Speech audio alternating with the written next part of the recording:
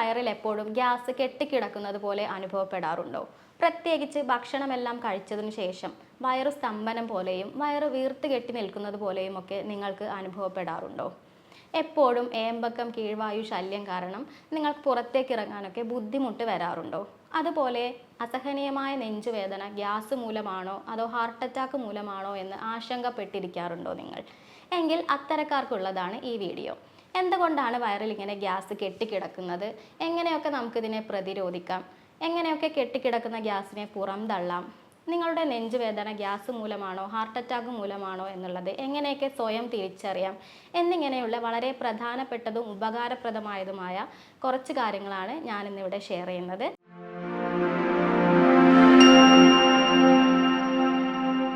ഞാൻ doctor Sreekala, senior consultant, doctor Basil homoeo hospital, Pandikkad, Malappuram ജില്ല.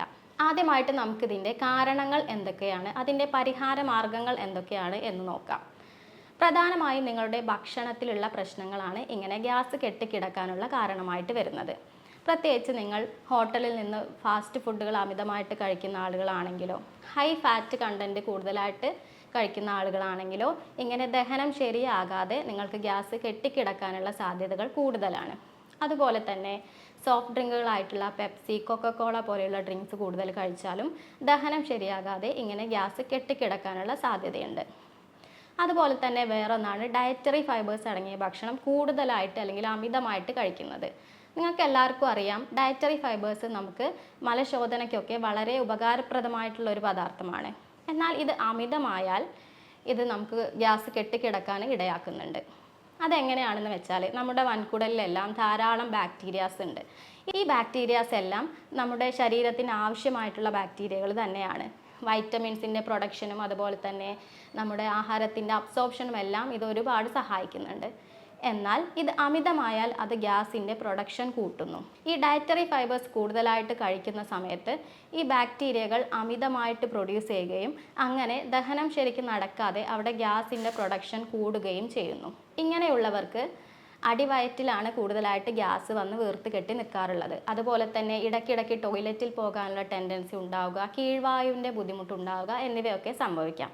അങ്ങനെയുള്ളവർക്ക് വെളുത്തുള്ളി ഉപയോഗിച്ച് ഇത് വളരെ പെട്ടെന്ന് തന്നെ പരിഹരിക്കാവുന്നതാണ്. വെളുത്തുള്ളി ചതച്ചരച്ച് അല്ലെങ്കിൽ ചവച്ചരച്ചാണ് നിങ്ങൾ കഴിക്കേണ്ടത്. എങ്കിൽ മാത്രമേ ഇത്തരത്തിലുള്ള ബാക്ടീരിയയുടെ ഓവർ ഗ്രോത്തിനെ നിങ്ങൾക്ക് പ്രിവെൻറ്റ് ചെയ്യാൻ സാധിക്കുകയുള്ളൂ. അടുത്തതായിട്ട് വരുന്ന ഒരു ഭക്ഷണ പദാർത്ഥം എന്ന് പറയുന്നത്, നിങ്ങൾ ഭക്ഷണം കഴിക്കുന്നതിന് കൂടെ തന്നെ ചായ, കാപ്പി എന്നിവ കുടിക്കുന്നുണ്ടെങ്കിൽ അത് ആ ഭക്ഷണത്തിൻ്റെ ദഹന പ്രക്രിയ ശരിയായ രീതിയിൽ നടക്കാതിരിക്കാൻ കാരണമാകുന്നു. അപ്പോൾ നിങ്ങൾ എപ്പോഴും ഭക്ഷണം കഴിഞ്ഞതിന് ശേഷം മാത്രം ചായയും കാപ്പിയും കുടിക്കുക. അതുപോലെ നിങ്ങൾ വെള്ളം കുടിക്കുന്നുണ്ടെങ്കിലും ഭക്ഷണത്തോടൊപ്പം തന്നെ കുടിക്കാതിരിക്കുക. ഭക്ഷണം കഴിച്ചതിന് ശേഷം മാത്രം വെള്ളം കുടിക്കുക. അതുപോലെ നിങ്ങൾ ഭക്ഷണം എപ്പോഴും പതുക്കെ ചവച്ചരച്ച് മാത്രം കഴിക്കുക. അമിതമായിട്ട് ഭയങ്കര ഫാസ്റ്റായിട്ട് ഭക്ഷണം കഴിക്കാതിരിക്കാൻ വേണ്ടി നിങ്ങൾ ശ്രദ്ധിക്കുക. ഗ്യാസ് കെട്ടിക്കിടക്കുന്നതിൻ്റെ അല്ലെങ്കിൽ ഇൻഡൈജഷൻ്റെ മറ്റൊരു കാരണമാണ് ടെൻഷൻ അല്ലെങ്കിൽ സ്ട്രെസ് എന്ന് പറയുന്നത്. ചില ആളുകൾക്ക് ഒരുപാട് സ്ട്രെസ് അനുഭവിക്കുന്ന ആളുകളുണ്ടാവാം. അത്തരക്കാർക്ക് ഇങ്ങനെ ഗ്യാസ് കെട്ടിക്കിടക്കുക, ഇൻഡൈജഷൻ്റെ ബുദ്ധിമുട്ടുകളൊക്കെ വരാനുള്ള ചാൻസ് വളരെ കൂടുതലാണ്. അത്തരക്കാർ ചെയ്യേണ്ടത് ബ്രീത്തിങ് എക്സസൈസുകൾ ചെയ്യാം, യോഗ, മെഡിറ്റേഷൻ ഒക്കെ ചെയ്തിട്ട് അവരുടെ സ്ട്രെസ് ഒന്ന് കൺട്രോൾ ചെയ്താൽ തന്നെ ഇത്തരത്തിലുള്ള ബുദ്ധിമുട്ടുകൾ അവർക്ക് മാറിക്കിട്ടുന്നതാണ്. അതുപോലെ ചില ആളുകൾക്ക് ചില ഭക്ഷണങ്ങൾ അലർജി ആയിട്ട് കാണപ്പെടാറുണ്ട്. പ്രത്യേകിച്ച് പാലിൻ്റെ അലർജി ഉള്ളവരൊക്കെ ഉണ്ട്. അപ്പോൾ അത്തരക്കാർക്ക് ഈ പാല് കുടിക്കുന്ന സമയത്ത് അത് കറക്റ്റായിട്ട് ദഹിക്കാതെ വരികയും അങ്ങനെ അവിടെ ഗ്യാസ് കെട്ടിക്കിടക്കുന്ന അവസ്ഥ ഉണ്ടാവുകയും ചെയ്യും. അപ്പോൾ നിങ്ങൾക്ക് ഏത് ഫുഡിനോടാണോ അലർജി ഉള്ളത് ആ ഭക്ഷണം നിങ്ങൾ പരമാവധി ഒന്ന് മാറ്റി നിർത്തുക. തൽക്കാലത്തേക്ക് അതൊന്ന് മാറ്റി നിർത്താൻ വേണ്ടി നിങ്ങൾ ശ്രദ്ധിക്കുക. ഇതിൻ്റെ മറ്റൊരു കാരണമാണ് എച്ച് പൈലോറി എന്ന ബാക്ടീരിയ. ചില ആളുകൾ എൻഡോസ്കോപ്പി എടുത്ത് നോക്കിയാൽ അതിൽ എച്ച് പൈലോറി പോസിറ്റീവ് എന്ന് കാണിക്കാറുണ്ട്. എച്ച് പൈലോറി ഒരു ബാഡ് ബാക്ടീരിയയാണ്. അത് നമ്മുടെ വയറ്റിൽ അൾസർ ഉണ്ടാക്കാനും ചിലപ്പോൾ ക്യാൻസർ ഉണ്ടാക്കാൻ വരെ കാരണമായേക്കാം. ഈ എച്ച് പൈലോറി ബാക്ടീരിയയുടെ ലോഡ് നമ്മുടെ ശരീരത്തിൽ കൂടിയാൽ അല്ലെങ്കിൽ ആമാശയത്തിൽ കൂടിയാൽ അത് ആസിഡിൻ്റെ പ്രൊഡക്ഷനെ കുറയ്ക്കാൻ കാരണമാകുന്നു.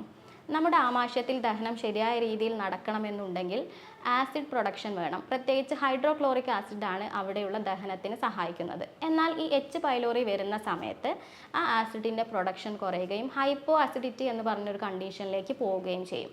ഇങ്ങനെ ഹൈപ്പോ അസിഡിറ്റി വരുന്ന സമയത്ത് എന്താണ് ഉണ്ടാകുന്നത് വെച്ചാൽ ബ്ലോട്ടിംഗ് ഉണ്ടായിരിക്കും, ഗ്യാസിൻ്റെ ഏമ്പക്കം പോലുള്ള ബുദ്ധിമുട്ടുകൾ, വയറ് സ്തംഭനം പോലുള്ള ബുദ്ധിമുട്ടുകളൊക്കെ വരാനുള്ള സാധ്യത കൂടുതലാണ്. അത്തരക്കാർക്ക് ആപ്പിൾ സിഡർ വിനേഗർ ഉപയോഗിച്ചിട്ട് ഇത് വളരെ ഫലപ്രദമായിട്ട് തന്നെ കൺട്രോൾ ചെയ്യാൻ പറ്റും. എല്ലാവർക്കും ഒരുപക്ഷെ അറിയാമായിരിക്കാം, ആപ്പിൾ സിഡർ വിനേഗർ ഇൻഡൈജഷന്, ഗ്യാസിൻ്റെ ബുദ്ധിമുട്ടിനൊക്കെ ഒരുപാട് പേര് ഉപയോഗിക്കുന്നുണ്ടാവും. എന്നാൽ ഇതെങ്ങനെയാണ് കറക്റ്റായിട്ടുള്ള രീതിയിൽ ഉപയോഗിക്കേണ്ടതെന്നോ എപ്പോഴാണ് കഴിക്കേണ്ടതെന്നോ പലർക്കും അറിയുമായിരിക്കില്ല. ആപ്പിൾ സിഡർ വിനേഗർ നിങ്ങൾ 1 ടീസ്പൂൺ 1 ഗ്ലാസ് വെള്ളത്തിൽ മിക്സ് ചെയ്തിട്ട് ഭക്ഷണത്തിന് 30 മിനിറ്റ് മുന്നെയാണ് ഇത് കുടിക്കേണ്ടത്. ഭക്ഷണം കഴിച്ചതിന് ശേഷമാണ് നിങ്ങളിത് ഉപയോഗിക്കണമെന്നുണ്ടെങ്കിൽ ഗ്യാസിൻ്റെ ബുദ്ധിമുട്ട് കൂടുതലായിട്ട് വരാനുള്ള സാധ്യതയാണ് കാണുന്നത്. അതുപോലെ ആപ്പിൾ സിഡർ വിനേഗർ നിങ്ങൾ വാങ്ങുന്ന സമയത്ത് ഇത് 2 തരത്തിൽ മാർക്കറ്റിൽ അവൈലബിൾ ആണ്. ഒന്ന് വെള്ളം പോലെയുള്ള ആപ്പിൾ സിഡർ വിനേഗർ, അതിൻ്റെ മെഡിസിനൽ വാല്യൂസ് കുറവാണ്. രണ്ടാമതായി apple cider vinegar with the mother, അത് കുറച്ച് അടിഞ്ഞു കൂടിയ പോലെയാണ് ഉണ്ടാവുന്നത്. അപ്പോൾ അതാണ് നിങ്ങൾ ഉപയോഗിക്കേണ്ടത്. അതിനാണ് മെഡിസിനൽ വാല്യൂ കൂടുതലുള്ളതും ഗ്യാസ്, ഇൻഡൈജഷൻ പോലുള്ള ബുദ്ധിമുട്ടിനൊക്കെ കുറയ്ക്കാൻ സഹായിക്കുന്നതും ആ ആപ്പിൾ സിഡർ വിനേഗറാണ്. അതാണ് നിങ്ങൾ വാങ്ങി ഉപയോഗിക്കേണ്ടത്. എന്നാൽ ചില ആളുകളിൽ ഹൈപ്പർ അസിഡിറ്റി ആണ് കാണപ്പെടാറുള്ളത്. ഇത്തരക്കാർക്ക് നെഞ്ചരിച്ചിൽ, പുളിച്ചു തികട്ടൽ, വായിൽ പുളിപ്പുരസം പോലെയുള്ള ലക്ഷണങ്ങളായിരിക്കും കൂടുതലായിട്ട് ഉണ്ടാവുക. അങ്ങനെയുള്ള ആൾക്കാർ വൈറ്റമിൻ സി അടങ്ങിയ ഭക്ഷണം ധാരാളമായിട്ട് കഴിക്കുക. അതുപോലെ ഈ എച്ച് പൈലോറിയുടെ ലോഡ് കുറയ്ക്കാൻ നിങ്ങൾക്ക് ചെയ്യാവുന്ന കുറച്ച് ടിപ്പുകൾ ഞാൻ പറഞ്ഞുതരാം. 1 ടീസ്പൂൺ കരിഞ്ജീരകം പൊടിച്ചത് കുറച്ച് തേനുമായിട്ട് മിക്സ് ചെയ്ത് ഇത് ദിവസവും 2 നേരം കഴിക്കുകയാണെന്നുണ്ടെങ്കിൽ എച്ച് പൈലോറിൻ്റെ ലോഡ് കുറയ്ക്കാനും അതുപോലെ തന്നെ ആ ലക്ഷണങ്ങൾ കുറയ്ക്കാനും ഇത് വളരെയധികം സഹായിക്കും. അതുപോലെ മറ്റൊന്നാണ് നന്നാറിയുടെ വേര് തിളപ്പിച്ച് അതിൻ്റെ വെള്ളം കുടിക്കുന്നതും എച്ച് പൈലോറി ലോഡ് കുറയ്ക്കാൻ നിങ്ങളെ സഹായിക്കും. ഇങ്ങനെ ഗ്യാസിൻ്റെ ബുദ്ധിമുട്ടുള്ളവർ പ്രോബയോട്ടിക് ഫുഡുകൾ ധാരാളം കഴിക്കുക. തൈര്, മോര് എന്നിവയൊക്കെ നല്ല പ്രോബയോട്ടിക് ഫുഡുകളാണ്. അപ്പോൾ അതൊക്കെ ഭക്ഷണത്തിൽ കൂടുതലായിട്ട് ഉൾപ്പെടുത്താൻ വേണ്ടി ശ്രദ്ധിക്കുക. അതുപോലെ തന്നെ ദിവസവും എക്സസൈസ് ചെയ്യുക.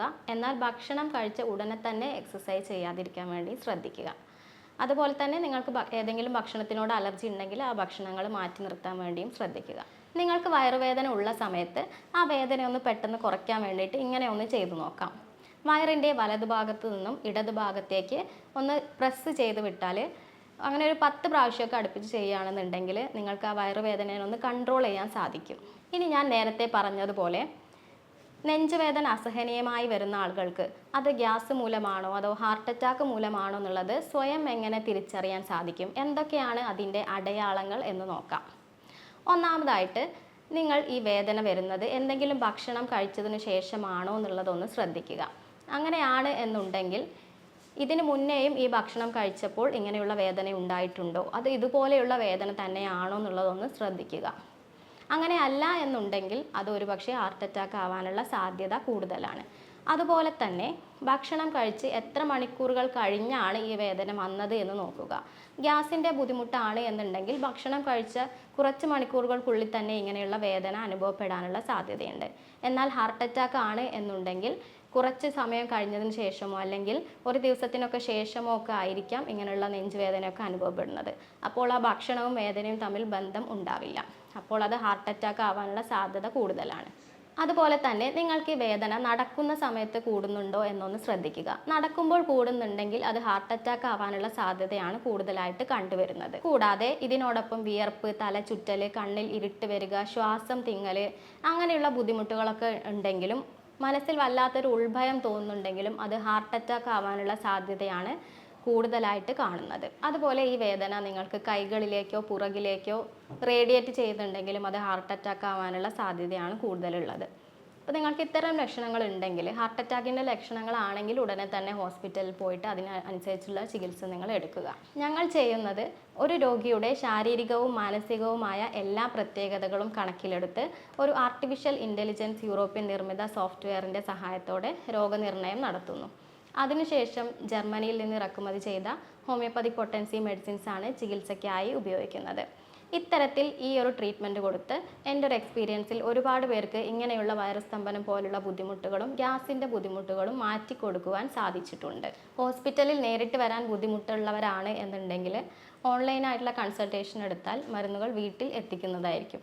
ഇതുമായി ബന്ധപ്പെട്ട് നിങ്ങൾക്ക് എന്തെങ്കിലും സംശയമോ ട്രീറ്റ്മെൻറ്റുകളോ ആവശ്യമുണ്ടെങ്കിൽ താഴെ കാണുന്ന നമ്പറിൽ നിങ്ങൾക്ക് എന്നെ കോൺടാക്റ്റ് ചെയ്യാവുന്നതാണ്.